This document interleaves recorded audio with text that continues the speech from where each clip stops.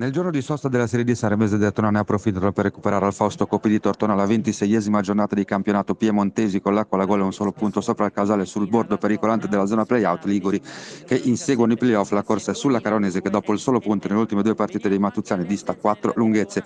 È un avvio shock per la formazione di Andrioletti perché dopo meno di 50 secondi un alleggerimento su Dragone e l'errato rinvio del portiere ospite consegnano palla a Manasi, il numero 7 controlla, aggiusta sul piede buono e fulmina l'estremo difensore avversario. Così come a Fulmineo il vantaggio piemontese, il gran caldo si fa sentire, la reazione della Saremese non è veemente, la sagra dell'errore però continua anche in area locale su un cross di Gagliardi.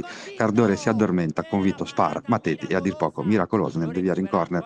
Decisamente più convinta nel secondo tempo la formazione ospite che inizia con il solito rigore negato ai Matuziani. Il contatto è tra Convitto e Manasiav, il direttore di gara lascia proseguire e di qui in poi i biancazzurri cingono letteralmente d'assedio l'area piemontese. Miccoli su invito di Convitto trova un difensore sulla linea, stessa cosa per la ribattuta da un altro difensore, sembra un tiro al bersaglio perché nei dintorni della mezz'ora Tetti respinge un cross basso di un onnipresente Convitto e la conclusione di Gagliardi viene di nuovo murata da un giocatore di movimento.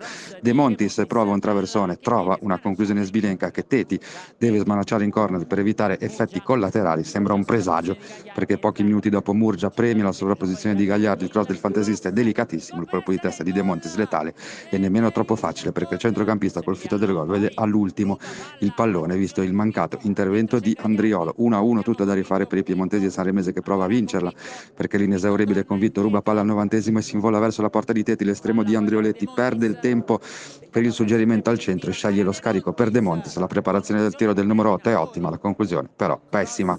È l'ultimo sussulto di un match gradevole in cui però la Sanremese non riesce di nuovo a fare bottino pieno. Il Dertona si marca un punticino che fa classifica. I liguri si giocheranno tutto tra due domeniche contro gli odiati cugini del Sestri Levante. Fausto Coppi di Tortona tra il Dertona e la Sanremese.